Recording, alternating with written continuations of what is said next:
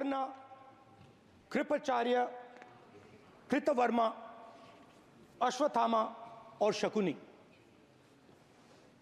Sir आज भी चक्रव्यूह के बीच में 6 लोग हैं।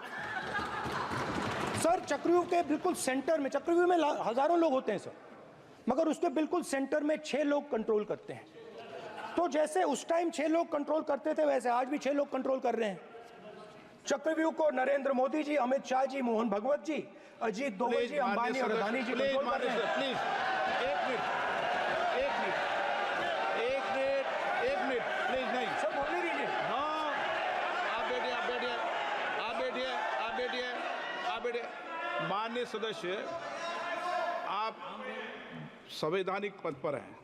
आपके कई माननीय सदस्यों ने यहाँ पर मुझे लिख कर दिया है कि जो माननीय सदस्य का सदस्य नहीं है उसका नाम नहीं लें। आपने लिख के दिया है। नो, आपने क्या आप उसकी पालना करना चाहते हो? स्पीकर सर गलत। मैं माननीय सर एक minute, hold on speaker sir, अगर आप चाहते हैं तो मैं एक मिनट मैं प्रतिपक्ष के नेता से ये तो अपेक्षा करूंगा सही कि वो सदन की नियम मर्यादा को बने, ये अपेक्षा करता हूं। आप चाहे नहीं करें पर मैं अपेक्षा करता हूं। नहीं सर, मैं अगर आप चाहते हैं सर, मैं NSA का और अदानी और अंबानी का नाम इस लिस्ट से निकाल देता हूं। फिर माननीय सदस्य आप अगर आप चाहते हैं सर। प्लीज, मैं नहीं चाहता। सदन के नियम प्रक्रियाओं से सदन चलता है। सर अगर आप कहते हैं मैं निकाल देता हूं। नो सदस्य, मैं 3 ही नाम यूज करूंगा। नहीं माननीय सदस्य, नहीं कहा। और आप video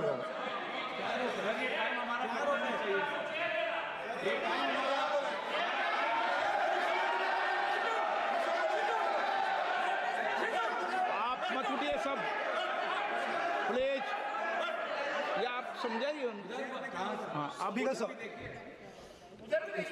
Speaker sir, the Chakravyuh that has captured India has 3 forces behind it. First is the idea of monopoly capital, that 2 people should be allowed to own the entire Indian wealth. So one element of the Chakravyuh is coming from the concentration of financial power. The second element, sir, मैं budget को explain कर रहा हूँ sir, मैं आ रहा हूँ, वहीं आ रहा हूँ sir. So one element is financial power. The second element is the institutions, the agencies, CBI, ED, Income Tax Department of this nation, and the third is the political executive. Speaker sir, these 3 together are at the heart of the Chakravyuh, and they have devastated this country. Speaker sir, my expectation was that this budget would weaken the power of this Chakravyuh, that this budget would help the farmers of this country, would help the youth of this country, would help the laborers, the small businesses of this country. But what I have seen is that this budget, the sole aim of this budget, iski jo niyat hai, it is to strengthen this framework, the framework of big business, monopoly business, the framework of a political monopoly that destroys the democratic structure, and finally the framework of what one can call the deep state or the agencies. And the result of this has been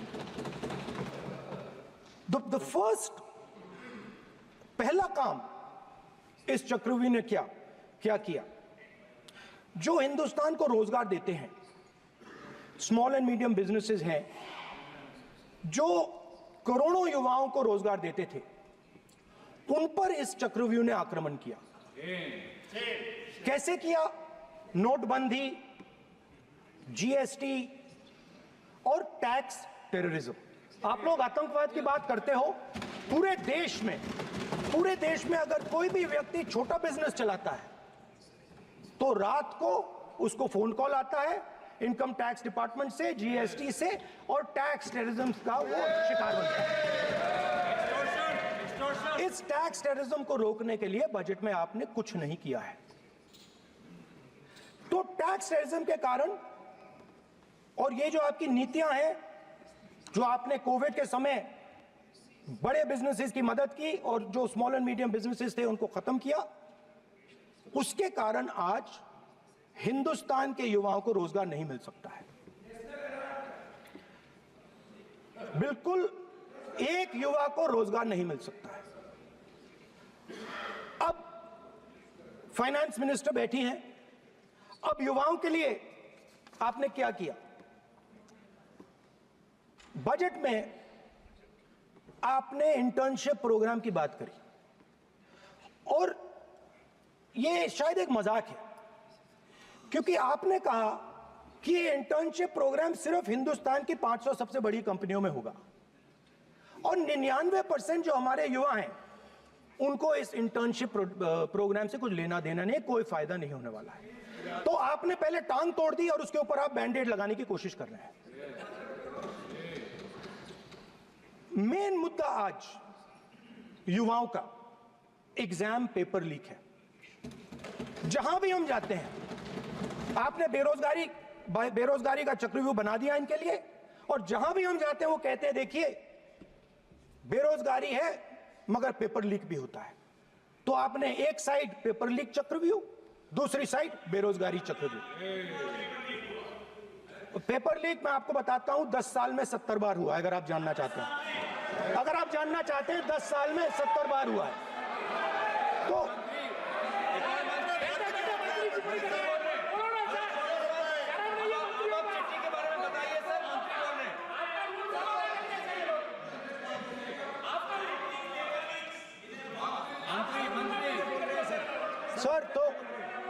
sir तो paper leak के बारे में finance minister ने budget में एक शब्द नहीं कहा है। युवाओं के लिए पेपर लीक सबसे जरूरी मुद्दा है, उन्होंने एक शब्द नहीं कहा है पेपर लीक के बारे में।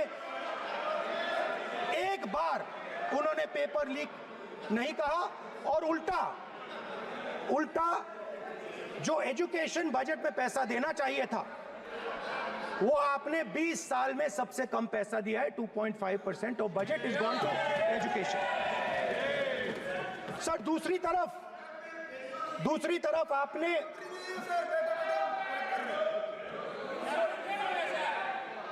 आपकी नहीं मानते सर, ये रनिंग कमेंट्री कर रहे हैं सर। दूसरी तरफ पहली बार सेना के जवानों को आपने अग्निवीर के चक्रव्यूह में फंसाया। सही बात। इस बजट में अग्निवीरों के पेंशन के लिए 1 रुपया नहीं है। आप अपने आप को देशभक्त कहते हो, मगर जब अग्निवीरों की मदद करने की बात आती है, जवानों को पैसा देने की बात आती है, तो बजट में आपको 1 रुपया नहीं दिखाई देता। उनकी पेंशन के लिए 1 रुपया आपने नहीं दिया। तो उनको आपने अग्निवीर के चक्रव्यूह में फंसाया। उसके बाद सर जो अन्नदाता हैं वो चक्रव्यूह से निकलने के लिए, आपके चक्रव्यूह से निकलने के लिए जो आपने बनाया 3 काले कानून, जमीन अधिग्रहण बिल को आपने कमजोर किया, उनको आप सही दाम नहीं देते हो। इस चक्रव्यूह से निकलने के लिए उन्होंने आपसे सिर्फ एक चीज मांगी है, 2 चीजें नहीं मांगी है, सिर्फ एक चीज मांगी है। उन्होंने कहा है कि हमें लीगल गारंटीड एमएसपी दे दें। आपने उनको बॉर्डर पे बंद कर दिया, रोक दिया, आज तक रोड बंद है। आप उनसे बात करने को तैयार नहीं है। वो यहां आए, मुझसे मिलने आए, आप उनको अंदर नहीं आने दे रहे थे। माननीय सदस्य, आप सदन में असत्य नहीं कहे। आप वो आप देखिए, 1 मिनट, हाँ चलिए, चलो,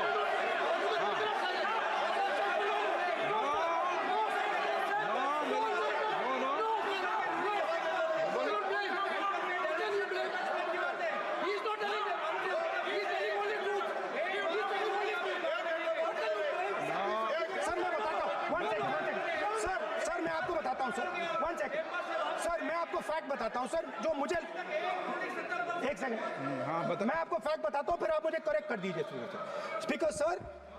फार्मर्स का डेलीगेशन नहीं सर, मैं आपको फैक्ट बताता हूं। पर आपके माननीय सदस्यों को कह दें वो सदन पर आरोप नहीं लगाए। रिपोर्ट से बोलता हूं मैं, बिना रिपोर्ट के नहीं बोलता हूं। बोलिए बोलिए, उनको बोलने दीजिए, उनको बोलने दीजिए, उनको बोलने दीजिए, आप बोलने दीजिए उनको, बोले वो बोले, बताएं वो बताएं, मैं बताऊंगा। Speaker sir 1 second, speaker sir मैं आपको बताता हूं जो जो जो मुझे मालूम है स्पीकर सर, मैं आपको बताता हूं। बैठिए। स्पीकर सर हुआ क्या, वहां पे सर मुझसे मिलने एक फार्मर का डेलीगेशन आया, मुझे बताया गया कि फार्मर के डेलीगेशन को अंदर नहीं आने देंगे। मैं उनसे मिलने जब गया तब उनको अंदर आने के दिया गया था सर, ये फैक्ट है सर। अब पता नहीं कोई मिसकम्युनिकेशन हुआ वो अलग बात है, बट फैक्ट ये है कि जब मैं मीडिया के साथ वहां गया तब दरवाजे पार्लियामेंट के, संसद के उनके लिए खुले, उससे पहले वो बंद थे। ठीक है। और ये आप उनसे भी पूछ लीजिए sir. Please please no, please please 1 minute please. आपने विषय उठाया इसलिए मैं बोल रहा हूं। ऐसे तो सदन की व्यवस्थाओं पर सवाल नहीं उठाना चाहिए। किसको आने दें, 1 मिनट प्लीज बैठिए, किसको आने दें, किसको अलाउ नहीं करने दें, ये स्पीकर का जुडिक्शन होता है। नंबर 1, जब ये सूचना आई आप मिले, उनसे अंदर मिले, लेकिन उसमें एक सदन की मर्यादा का उल्लंघन हुआ कि कभी भी सदन में माननीय सदस्य के अलावा दूसरा कोई व्यक्ति बाइट नहीं दे सकता। और हाँ, और आपकी मौजूदगी में बाइट दी, ये क्लियर करना चाहता हूँ सर। ये टेक्निकलिटी है सर, ये मुझे मालूम नहीं थी। कोई बात नहीं। बट सर प्लीज नो, माननीय यहाँ पे हीरोइंस आके बाइट दे रही है सर। आप मत बोलिए, आपके नेता बोल रहे हैं। तो स्पीकर सर, जब महिला आरक्षण आया था तो ये आपको बेटे बेटे स्पीकर सर, हम करने का चाहते अधिकार थे- नहीं है। माननीय प्रतिपक्ष के नेता आपके बेटे बेटे सदस्य कमेंट्री कर रहे हैं, फिर वो कहते हैं कि लोग क्यों कमेंट्री कर स्पीकर रहे हैं। सर, हम चाहते थे, हमारा एक्सपेक्टेशन था कि जो अन्नदाता है, जो सरकार से सिर्फ एक चीज मांग रहा है, लीगल गारंटीड एमएसपी। हमें लगता था कि ये कोई बड़ा काम नहीं है सर, ये इतना बड़ा काम नहीं है। हमें लगता था कि अगर सरकार बजट में इसका प्रोविजन कर देती, अगर बजट में इसका प्रोविजन कर देती, तो जो हमारे किसान हैं जो चक्रव्यूह में, आपके चक्रव्यूह में फंसे हैं, वो निकल पाते। ये हमारी थिंकिंग थी, मगर आपने नहीं किया। तो मैं यहां इंडिया गठबंधन के तरफ से गारंटी देता हूं कि हम ये काम करके दिखा देंगे। जो आपने अपने बजट में नहीं किया, वो मैं हिंदुस्तान के सब किसानों से कहना चाहता हूं, गारंटीड लीगल एमएसपी हम इस सदन में पास करके आपको देंगे। स्पीकर सर, जो मिडिल क्लास है सर, वो प्रधानमंत्री को अच्छी बात बोलो।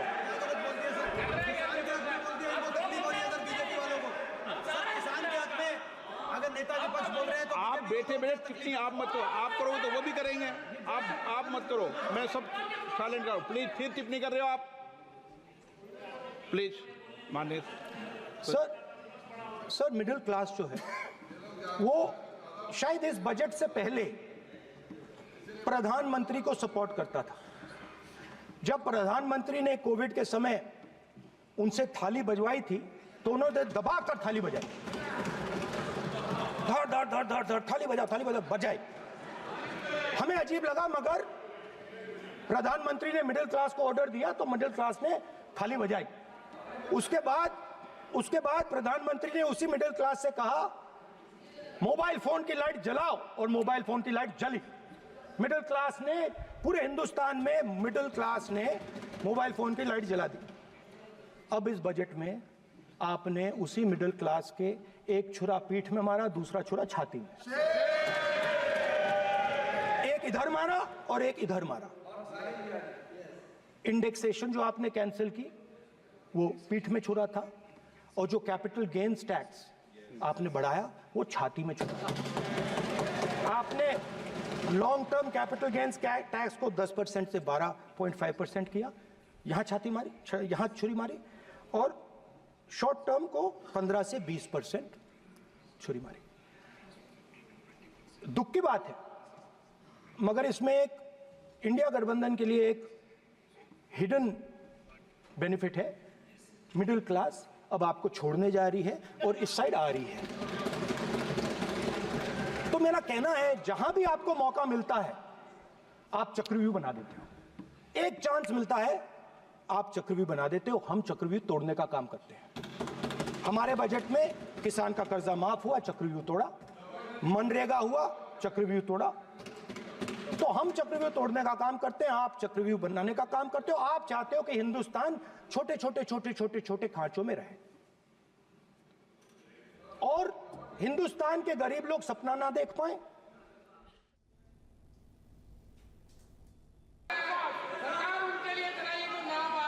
प्लीज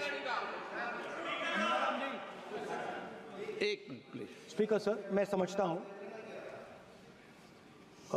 मंत्री जी को अदानी जी और A1 एंड A2 की रक्षा करनी है, मैं समझता हूं, नो प्रॉब्लम। वो सर ऊपर से ऑर्डर आया है सर ऊपर से ऑर्डर आया है सर, मैं समझता हूं, मैं इस पे कोई टिप्पणी नहीं करूंगा। Sir he is permitted to defend them, sir. It is a democracy, sir. He can defend them. We allow him to defend them, sir. ऐसा होता है क्या? A1 and A2, sir. आपके Happily, सदस्य sir. मान्य आपके सदस्य आज बैठे बैठे बहुत टिप्पणी कर रहे हैं और उठ रहे हैं। सबसे ज्यादा आप उठ रहे हैं, सबसे ज्यादा टिप्पणी आप कर रहे हैं। कोई नियोजित तरीके से आए हैं क्या आप? नो मानिए। So we are happy, sir. If the minister is protecting A1 and A2, sir, it helps us only, sir. No problem. We like it, sir. Please do it again, sir. Please do it again. Sir, I give you the space. मैं तो एक व्यवस्था का बात करना था, फिर शुरू हो गया। मैंने संसदीय कार्य मंत्री जी, व्यवस्था तहत मैं सिर्फ जो परिस्थिति बने उसमें कहने के लिए मैं खड़ा हुआ। उन्होंने बोला मैं यील्ड नहीं किया। ये नियम होता है, अगर समय हम मांगते हैं तो यील्ड करना, एक मिनट, वो यील्ड करना एक परंपरा है। No, there's no parampara. You don't नहीं करेंगे yield. The Prime Minister does not yield. मैंने व्यवस्था तहत सर उन्होंने तो व्यवस्था का प्रश्न उठाया। सर, एक राहुल जी, एक मिनट। स्पीकर सर, मैं स्पीकर का परमिशन से खड़ा हुआ था। बिल्कुल सही बोला। आपने कहा मैं ये मैंने नहीं कर yield रहा। नहीं किया। मैंने जबरदस्ती नहीं बोला। आप बोल रहे हो। मैं स्पीकर साहब से परमिशन लिया। आप बोल रहे हो, स्पीकर सर। साहब ने आप मेरा नाम लिया। जबरदस्ती बोल रहे हो। आपने यील्ड नहीं किया, तभी मुझे लगा कि मुझे कहना चाहिए कि आप प्रधानमंत्री जी को पूरा भाषण तक आपने डिस्टर्ब किया, बोलने नहीं दिया। आज हम आपको यील्ड मांग रहे हैं, 10 सेकेंड टाइम आप बोल रहे हैं कि हम यील्ड नहीं करेंगे। ये कौन सा परंपरा है? मैं जबरदस्ती नहीं बोल रहा हूँ, मैं तो नियम के तहत बोल रहा हूँ और स्पीकर का परमिशन पे खड़ा हुआ हूँ। ये एक परंपरा होता है, एक दूसरे का इज्जत देना होता है, इतना तो कर्टसी होना होता है। Rahul ji, Sir, I will respond to that, sir. Sir, if when we raise our hand and ask for the Prime Minister and the ministers to yield, they yield, we will yield every time. Yes. The moment you yield, I guarantee you we will yield. In fact, I am ready, Speaker, sir. I am ready.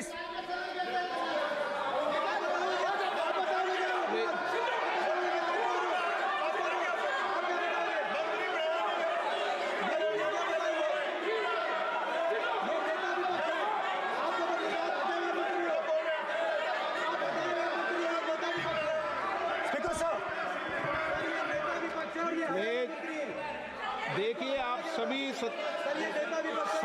लोग आप प्रतिपक्ष के नेता को disturbance कर रहे हैं और मैं आपको बार आप डिस्टर्बेंस कर रहे हैं और वेणुगोपाल जी सब ज्यादा डिस्टर्बेंस कर रहे हैं। आप नोट कर लीजिए, ये योजना से देश में, स्पीकर सर, देश में, ये कौन कर रहा है? तकरीबन 73% दलित, आदिवासी और पिछड़े वर्ग के लोग हैं।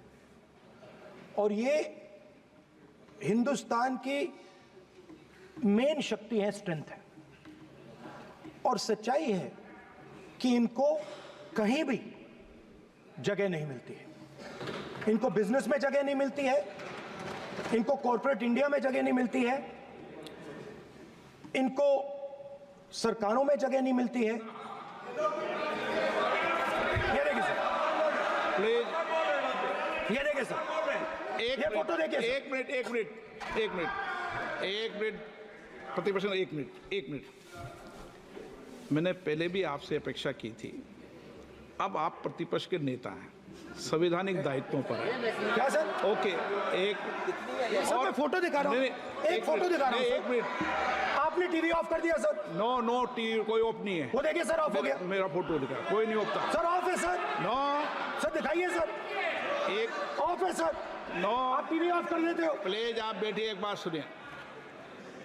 ओके सर, नहीं आप Apologize, sir. नहीं नो अपोलाइज, मैं आपको अपोलाइज के लिए दिखेगा। आप प्रतिपक्ष के नेता है तो मेरी ये अपेक्षा रहती है कि सर ये देखिए सर, बंद होगी। आप सदन की मर्यादा को रखें। सर जब भी मैं उसको हटाना चाहता हूं मुझे ये करना है सर, वो देखो आगे।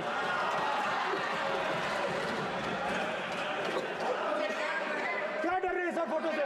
शिव जी के फोटो से डरते हैं सर, इस फोटो से डरते हैं अभी। पोस्टर नहीं आने दूंगा, गलत तरीका है ये, नहीं आने देंगे, पोस्टर नहीं लगाने देंगे सदन में। सर फोटो गलत तरीका है ये। नो सर फोटो दिखाना गलत नहीं है सर। आपकी परमिशन लेके परमिशन नहीं है आपकी। सर मैं ये फोटो दिखाना चाह रहा हूँ, नियम के तहत नहीं सर मैं समझाना चाह रहा हूँ। नियम के तहत परमिशन नहीं है माननीय। अच्छा सर मैं ये फोटो समझाना चाह रहा हूँ सर। इसमें ये जो बजट का जो हलवा है सर, ये बट रहा है।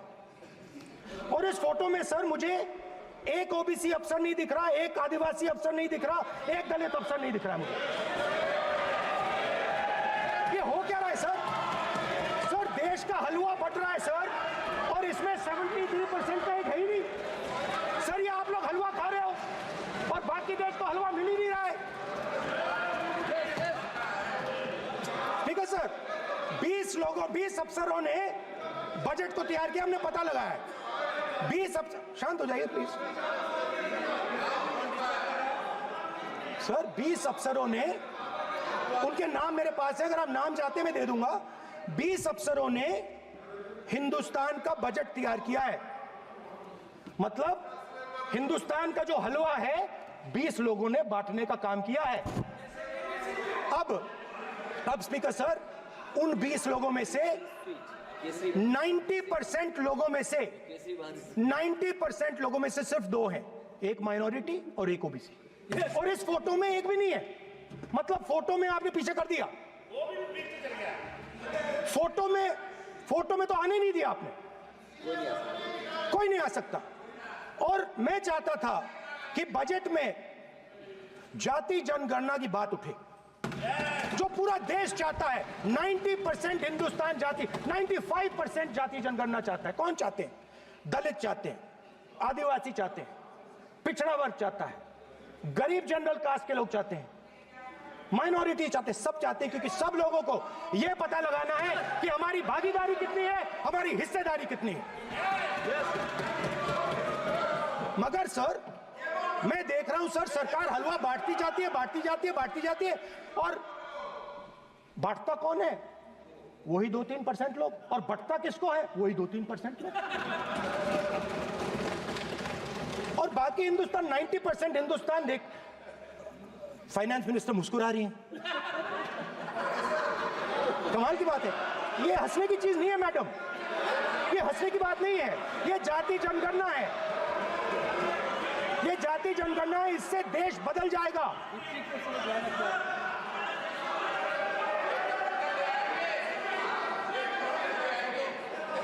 सर आपको सर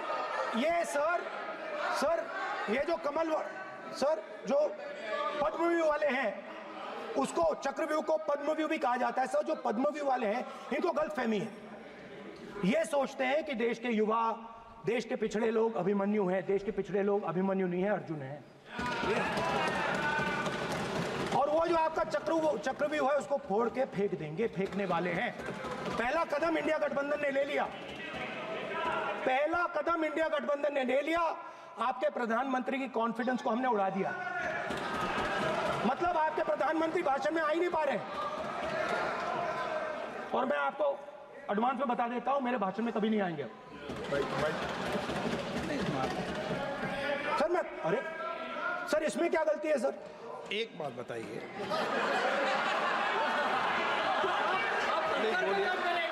सर तो जो पद्मवी वाले लोग हैं सर, जो कमल फॉर्मेशन वाले लोग हैं, उनको हिंदुस्तान का नेचर नहीं समझ आया। हिंसा, नफरत हिंदुस्तान का नेचर नहीं है, चक्रव्यूह हिंदुस्तान का नेचर नहीं है। हिंदुस्तान का नेचर अलग है। हिंदुस्तान के नेचर के बारे में अब मैं आपको बनाना चाहता हूं। हर धर्म में चक्रव्यूह के खिलाफ फॉर्मेशन होता है, हर धर्म में। माननीय सदस्य, आप जानते हो हिंदू धर्म में चक्रव्यूह का ऑपोजिट क्या होता है, जानते हो आप चेयर को एड्रेस। मैं बताता हूं सर। शिव की बारात होती है सर, शिव की बारात में कोई भी आ सकता है, किसी भी धर्म का कोई भी व्यक्ति आ सकता है, बारात में आ सकता है, नाच सकता है, गा सकता है, अपना सपना देख सकता है। सर, गुरु नानक जी, सिखों की बात करी जाए तो सेवा करने से किसी को नहीं रोका जा सकता है, लंगर से किसी को बाहर नहीं फेंका जा सकता है। सर, इस्लाम में कोई भी मस्जिद में आ सकता है, चर्च में कोई भी घुस सकता है, संघा में कोई भी आ सकता है सर, मगर इनके चक्रव्यूह में सिर्फ 6 लोग हैं सर। तो ये लड़ाई शिव की बारात और चक्रव्यूह के बीच में है। हम चक्रव्यूह तोड़ते हैं, हम चक्रव्यूह तोड़ने का काम करते हैं। मनरेगा, हरी क्रांति, आजादी, कॉन्स्टिट्यूशन, ये चक्रव्यूह को तोड़ने के काम हैं। इससे देश में खुशी आती है, डर मिटता है, कॉन्फिडेंस आती है। आप पद्मव्यूह चक्रव्यूह बनाने का काम करते हो। चक्रव्यूह शिव की बारात को हरा ही नहीं सकता है। आप अपने इतिहास को देखिए, आप अपने आप को हिंदू कहते हो, आप हिंदू कहते हो, आप हिंदू धर्म को समझते नहीं हो।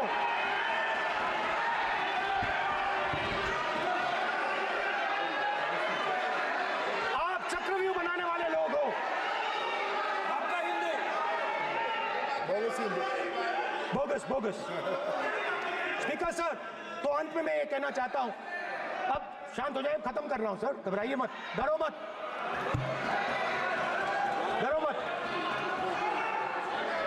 स्पीकर सर,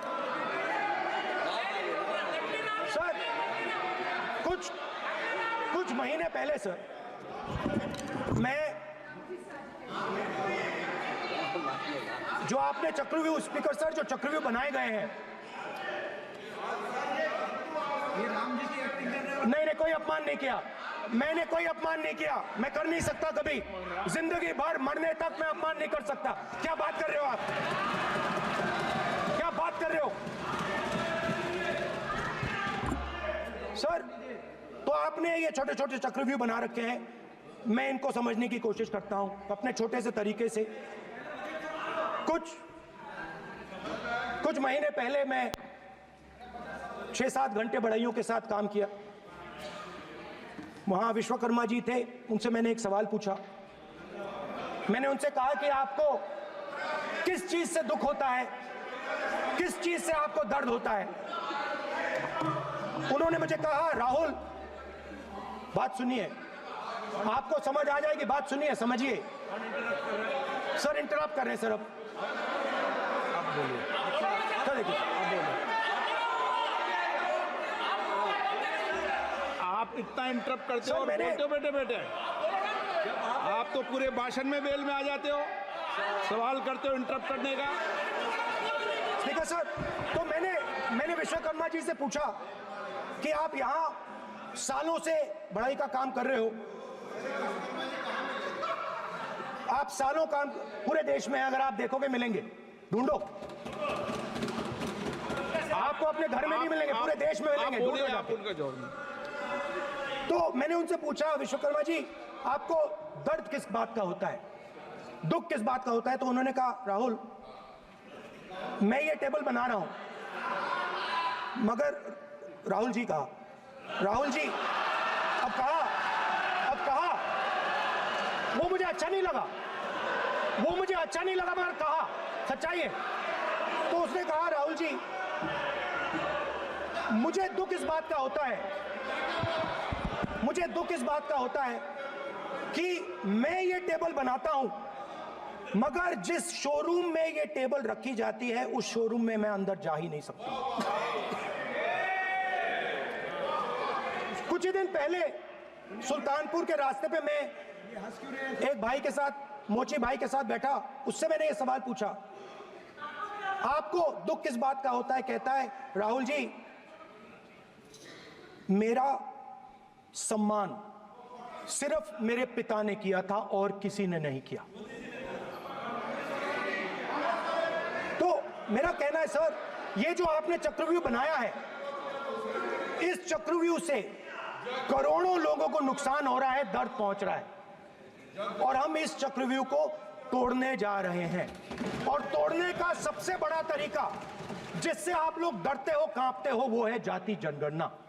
और जैसे मैंने कहा था कि इंडिया गठबंधन गारंटीड लीगल एमएसपी इस सदन में पास करेगी, वैसे ही मैं कह रहा हूं, आपको अच्छा लगे ना लगे, जाति जनगणना इस हाउस में, इस सदन में पास करके हम आपको दिखाएंगे।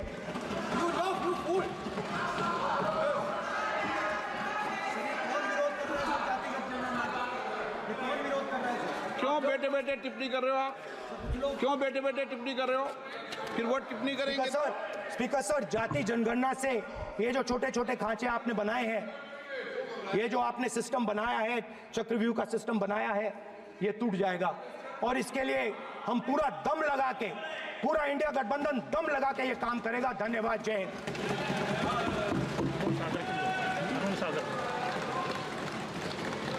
राजनाथ सिंह जी।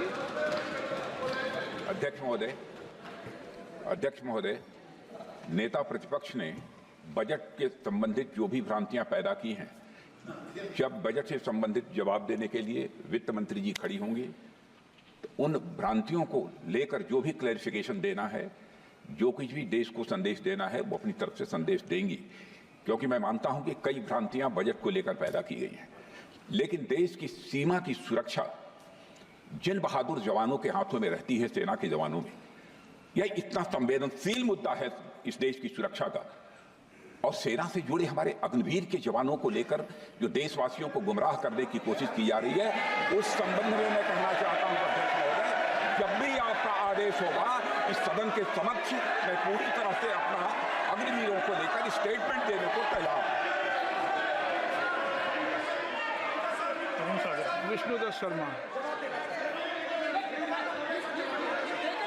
हाँ, क्या आपने अपनी बात खत्म कर दी ना? सर जवाब देना सर। आपने कहा सर जवाब देना। आपने कहा उन्होंने कुछ नहीं बोला, उन्होंने आपके शब्दों को बोला कि सर, एक मिनट, मेरा नाम लिया सर। हाँ, तो मैं बोलने दूंगा आपको। एक मिनट। अग्निवीर पे विषय पर उन्होंने कहा कि मैं सारे विषय पर चर्चा करने को तैयार हूं, ये काम। सर, डिफेंस मिनिस्टर ने कहा कि मैंने अग्निवीर की बात उठाई। सर, पहले भी डिफेंस मिनिस्टर ने कहा था कि शहीद अग्निवीर परिवारों को कॉम्पनसेशन दिया गया है, और उन्होंने कहा, हाउस में कहा कि 1 करोड़ रुपया कॉम्पनसेशन दिया गया है, मगर सर वो गलत था। सर, उस शहीद परिवार को इंश्योरेंस दिया गया था, कॉम्पनसेशन नहीं दिया गया था। सर मैं ये कहना चाहता हूं, सर ये सच है सर। और सर भाषण के एकदम बाद सर कॉम्पनसेशन गया था सर। नो सर ये सच्चाई है सर, माननीय इसको कोई नकार नहीं सकता, ये सच्चाई है सर। सर आखिरी बात सर, आखिरी बात सर, आपने एक और चक्रव्यूह बना दिया है सर। नो मीडिया वालों को सर आपने पिंजरे में बंद कर दिया सर, उनको बाहर निकाल दीजिए प्लीज। एक मिनट, माननीय आप प्रतिपक्ष के नेता हैं और ये मैं आपसे हंस रहे हैं आप, ये तरीका आपका, आप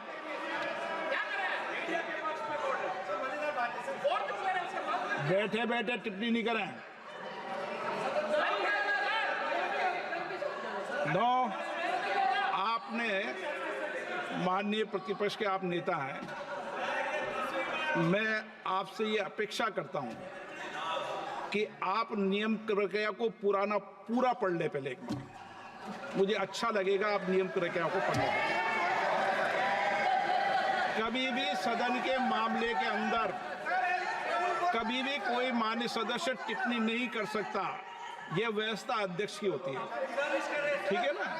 ये अध्यक्ष व्यवस्था है। हाँ बोलिए, आप मुझसे तो बोलिए ना। एक सेकंड हाँ एक सर बेचारे, हाँ सर बेचारे सर मीडिया वाले हैं सर। बेचारे नहीं है वे, बेचारे शब्द बोलो उनके लिए। सर नॉन बेचारे मीडिया वाले हैं सर। नो बेचारे नहीं, नॉन बेचारे सर, नॉट बेचारे मीडिया वाले हैं सर। हाँ सर नॉट बेचारे। एक मिनट, आप मैं बैठा हूँ ना, वह आप आसन पे बात कर रहे हो, आसन को बात करने दो। नो मैं बताऊँ सर नॉट बेचारे मीडिया वालों ने कहा है सर कि प्लीज, उन्होंने मुझसे कहा है कि आपसे हाथ जोड़कर कहें कि उनको निकलने दें, क्योंकि वो बड़े डिस्टर्बेंस है। एक मिनट प्लीज, एक मिनट, सदन के नेता हैं आप, प्लीज आपको बैठे बैठे बोलने की टिप्पणी की। सदन के बैठे बैठे टिप्पणी मत कीजिए आप, प्लीज। सदन के अंदर मैंने पहले भी कहा कि आप नियम प्रक्रिया को पूरा अध्ययन कर लें। सदन की किसी भी व्यवस्था के मामले के अंदर आप प्रतिपक्ष के नेता हैं, आप मुझे चेंबर में आके मिले, कोई परेशानी हो, किसी को अलाउ नहीं किया हो, कोई बात हो तो हमें बताएं, ठीक है ना? लेकिन सदन की, आप अब बैठ जाइए, सदन के अंदर सदन की व्यवस्थाओं पर प्रश्न नहीं उठाएं, ये आपसे अपेक्षा मेरी, प्लीज। नो हो गया, ठीक है। विष्णुदत्त शर्मा आप बैठ जाइए। विष्णुदत्त शर्मा। माननीय अध्यक्ष महोदय, मैं आपका हृदय से आभार करता हूं कि आपने मुझे बजट 2024 के इस सदन में बोलने का अवसर दिया है। आज पूरा देश गौरवान्वित है कि भारत के संसदीय लोकतंत्र में लगातार तीसरी बार भारत के प्रधानमंत्री के तौर पर किसी ने शपथ ली तो भारत के प्रधानमंत्री नरेंद्र मोदी जी ने इस देश के अंदर शपथ ली है। मैं इस सदी के राष्ट्र नायक प्रधानमंत्री नरेंद्र मोदी जी को और हमारी वित्त मंत्री श्रीमती निर्मला सीतारमण जी को इस अभूतपूर्व ऐतिहासिक बजट के लिए हार्दिक बधाई और उन्हें धन्यवाद देता हूं। ये जो बजट प्रस्तुत हुआ है माननीय अध्यक्ष जी, ये विकसित भारत के 2047 के विकसित भारत के संकल्प को पूरा करने का बजट है। अब ये बात अलग है कि मैं अभी इस सदन का माहौल देख रहा था और मुझे उसके बाद बोलने का अवसर मिला है कि देश का विपक्ष केवल नकारात्मक, झूठ और छल कपट की राजनीति इस देश के अंदर करना चाहता है। ये दुर्भाग्य है इस देश का कि इस प्रकार का विपक्ष आज इस भूमिका में सदन के अंदर वो लगातार इस भूमिका को प्रस्तुत कर रहे हैं। माननीय अध्यक्ष जी, यह बजट ओवैसी जी को जब वो बोल रहे थे तो वो कह रहे थे कि 17 करोड़ मुसलमानों को इस बजट के अंदर कोई अवसर नहीं मिला है। मैं आज कहना चाहता हूं कि भारत के अंदर माननीय प्रधानमंत्री मोदी जी ने, हमारी वित्त मंत्री जी ने 10 वर्षों के अंदर सबका साथ, सबका विकास और सबके विश्वास पर जो काम इस भारत के अंदर किया है, वो भारत के प्रधानमंत्री